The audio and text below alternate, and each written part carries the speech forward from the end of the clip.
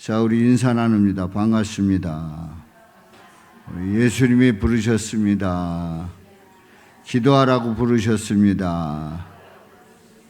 할렐루야. 자, 저는 덕분에 잘 다녀왔습니다. 은혜도 많이 받고요.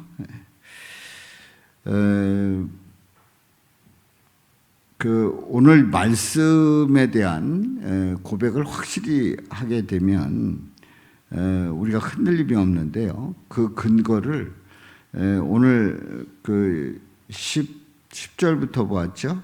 10절부터 보았는데 앞에서 6절을 한번 보겠어요. 6절을 한번 보겠습니다. 오늘 본문 앞서서 이 말씀은 29일 금요일 날 새벽에 보았던 말씀이에요.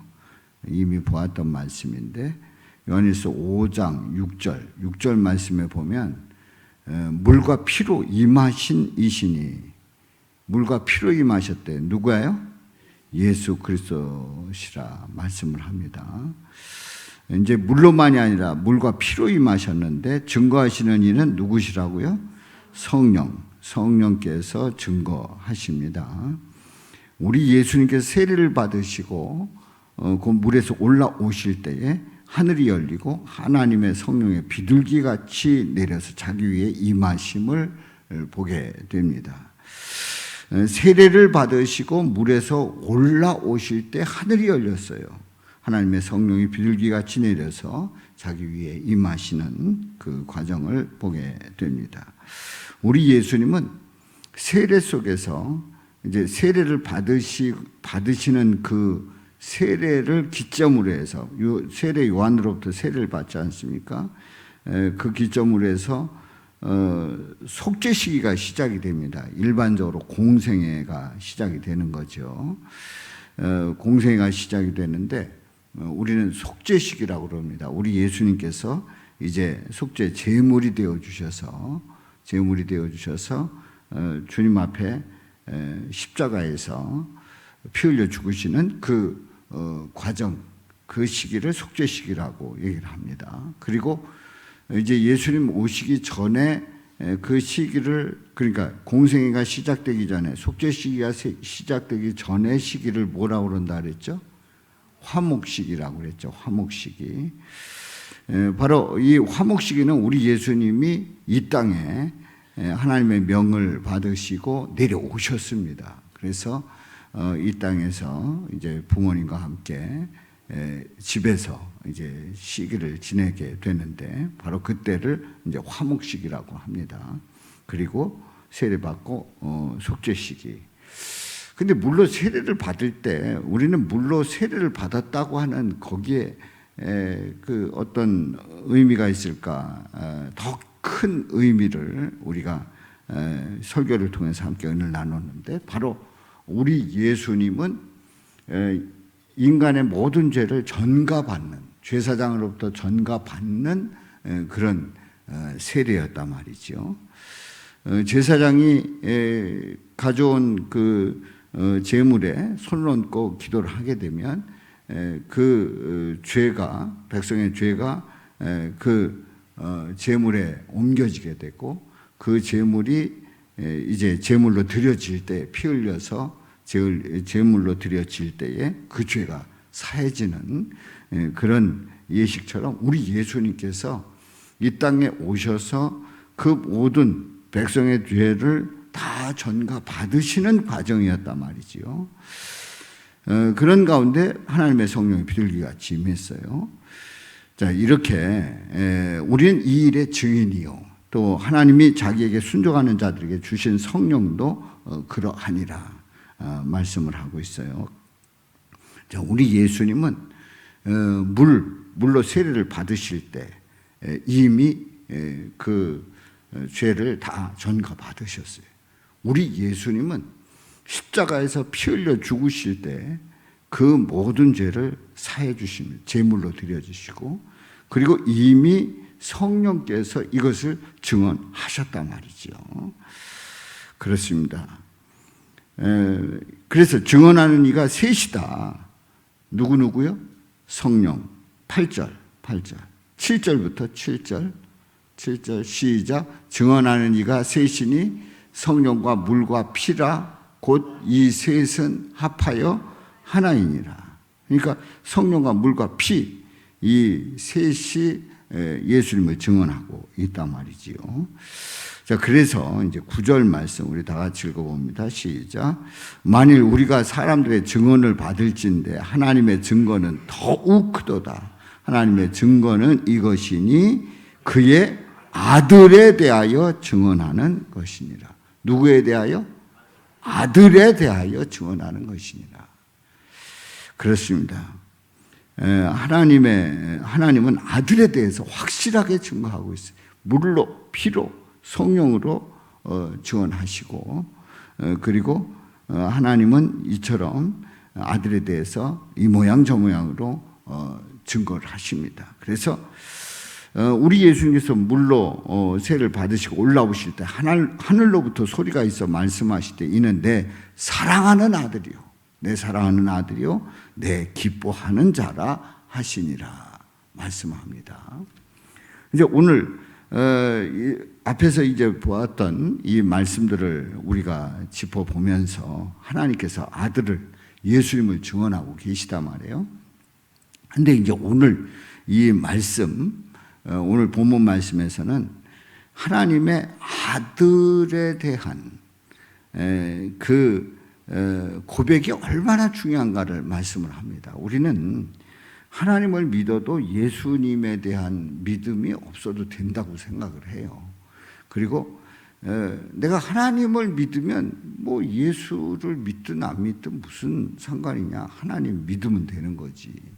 그리고 구약을 설교를 할 때 구약에 있는 말씀을 하나님이 이렇게 하셨다라고 말하면 되는 거지. 뭐 그게 뭐 어디가 예수라는 말이 구약 성경에 어디 있냐.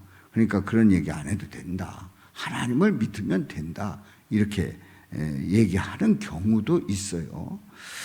그런데 이제 오늘 이 본문 말씀을 이제 보게 되면 3절 말씀입니다만은 하나님의 아들에 대해서 아주 확고하게, 아주 분명하게 사도 요한은 요한 1서에서 말씀하고 있습니다. 그러니까 하나님의 아들에 대한 분명한 믿음의 고백이 없다고 하면 그것은 믿음이 아님을 알 수가 있어요. 자, 10절 말씀 우리 다 같이 다 같이 읽어봅니다. 시작. 하나님의 아들을 믿는 자는 자기 안에 증거가 있고 하나님을 믿지 아니하는 자는 하나님을 거짓말하는 자로 만드나니 말씀을 합니다. 자, 하나님의 아들을 믿는 자, 하나님의 아들을 믿는 자, 자기 안에 증거가 있다는 거예요. 어떤 증거입니까? 로마서 8장 16절이에요. 로마서 8장 16절. 미리 성경을 안 드렸어요. 조금 늦더라도 좀 기다려 봅니다. 로마서 8장 16절 시작. 성령이 친히 우리의 영과 더불어 우리가 하나님의 자녀인 것을 증언하시나니. 예.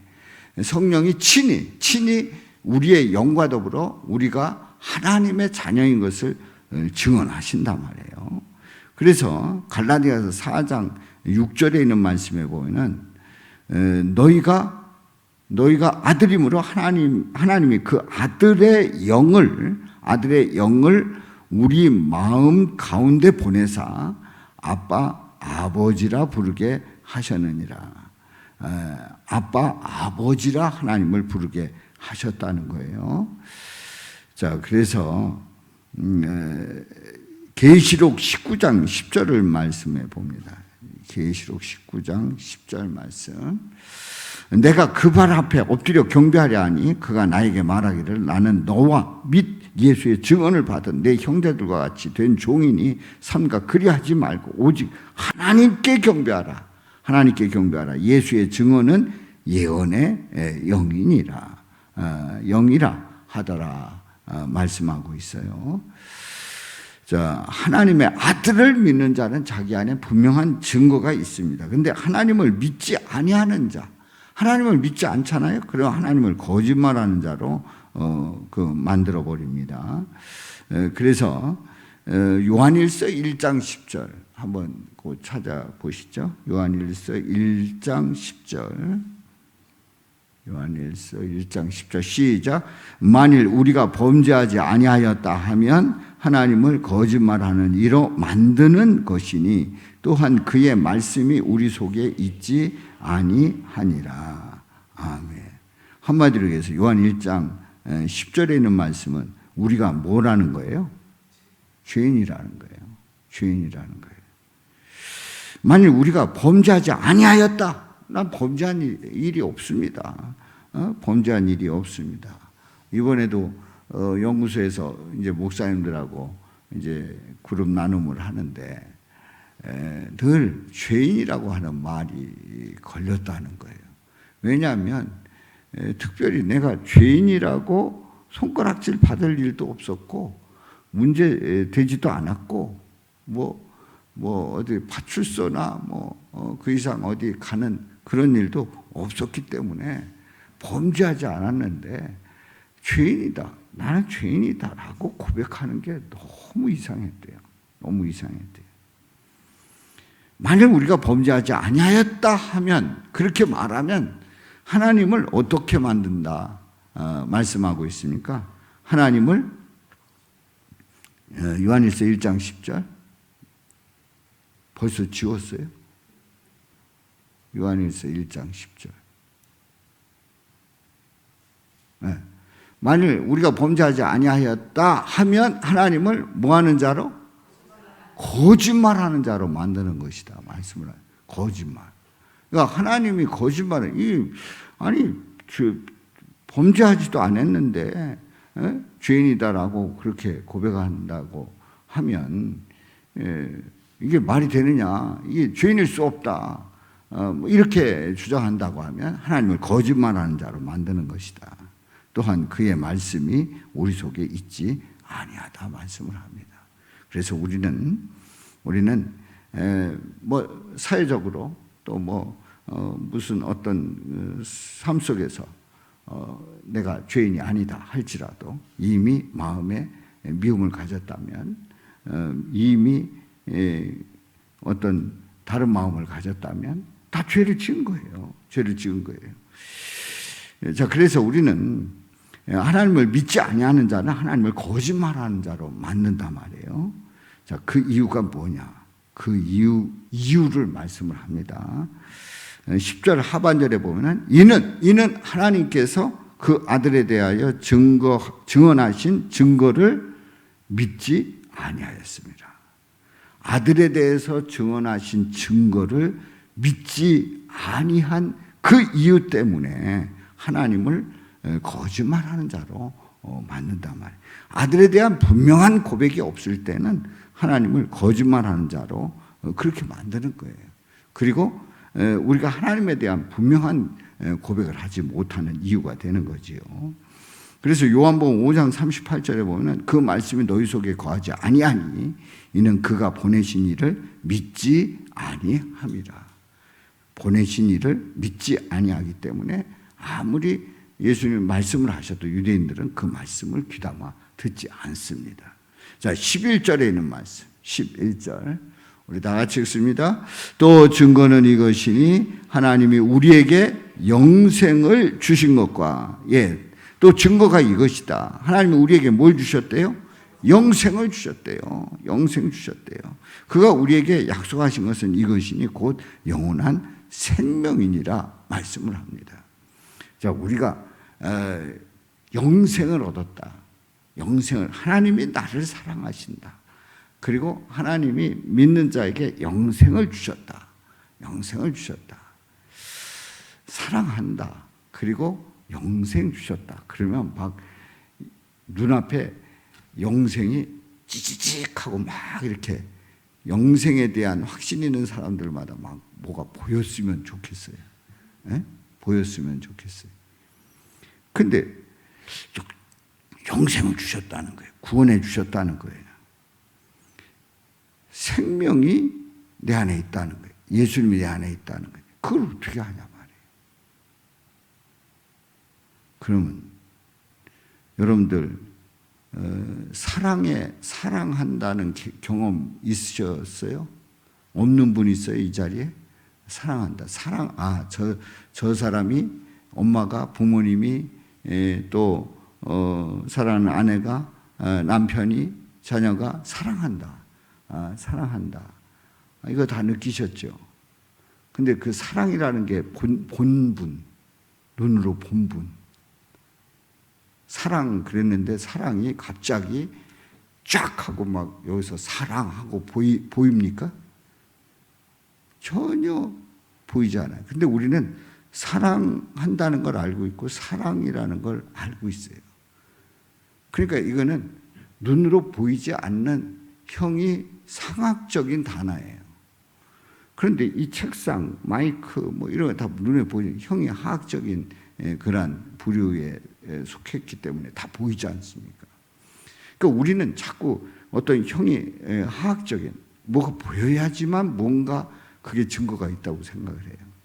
근데 보이지 않아도 얼마든지 그 안에 그 역사가 있고 그 역사 속에서 이루어지는 일들이 있단 말이에요. 그러니까 하나님이 우리에게 영생을 주셨으니, 영생을 주셨다.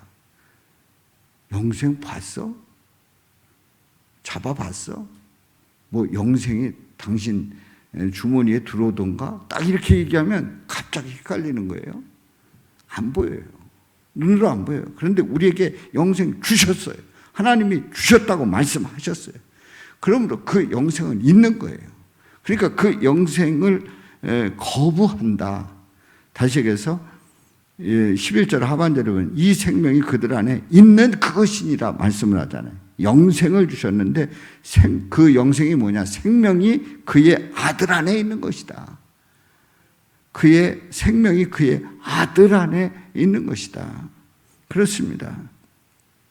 예수 그리스도 안에 생명이 있고 그 생명이 우리 안에 있고 우리는 영생을 얻었습니다.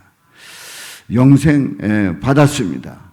영생에 대한 분명한 믿음의 고백을 가지고 그래서 우리는 하나님이 영생을 주셨다는 그 사실 그리고 생명이 그의 아들 안에 있기 때문에 그 아들을 내가 영접한 그런 자로서 하나님의 자녀가 되는 것이 마땅한 거지요.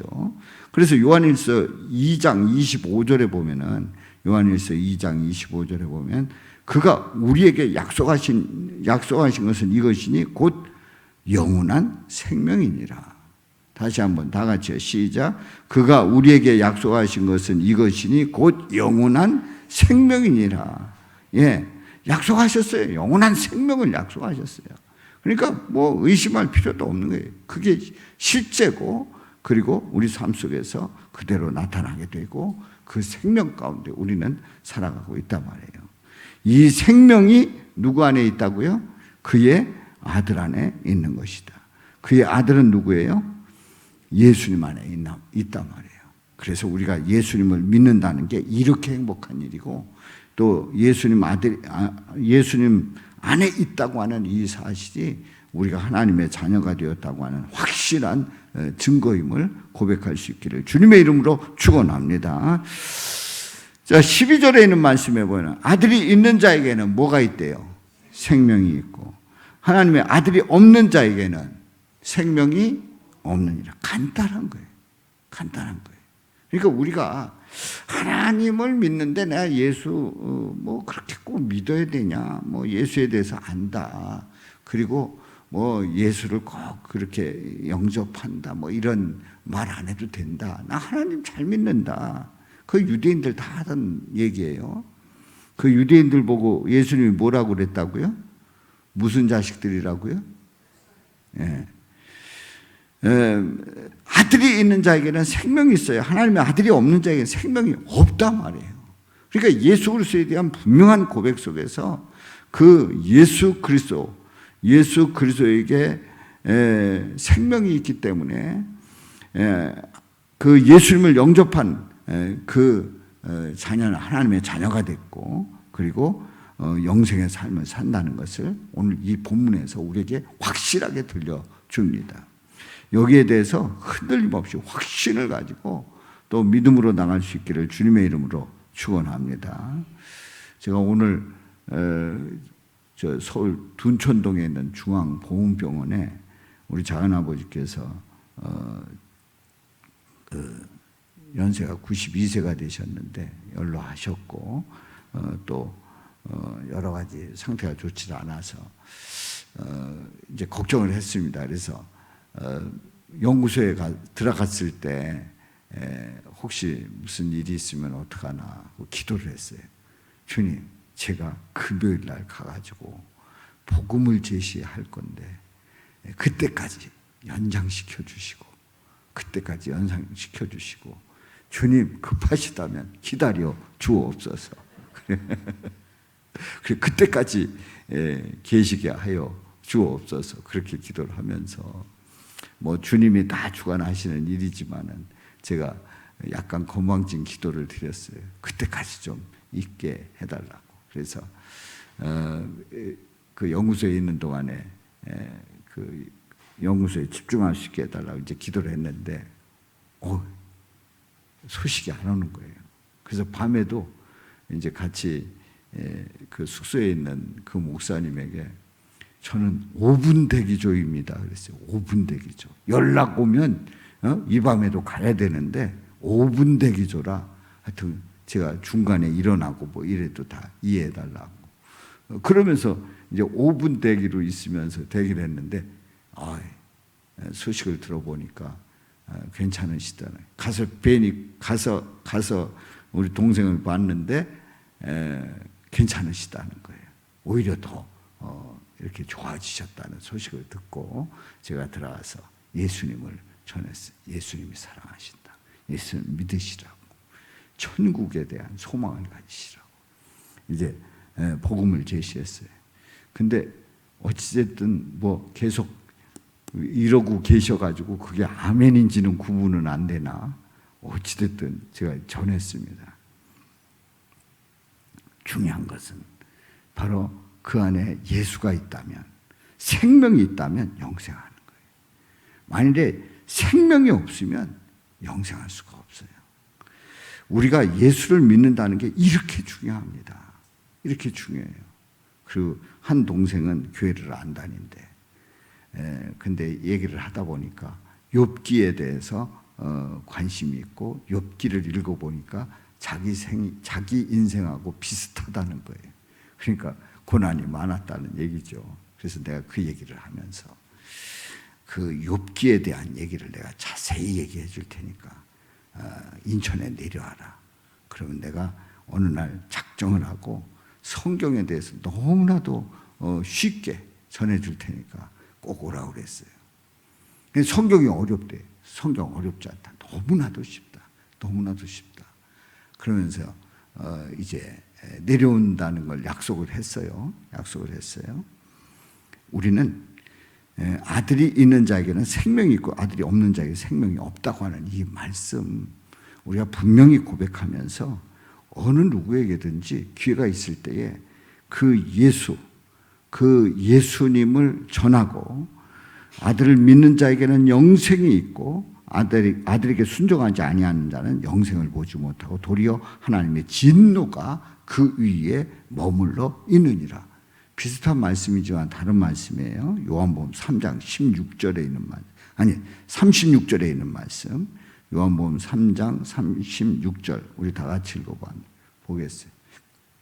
요한복음 3장 36절에 있는 말씀.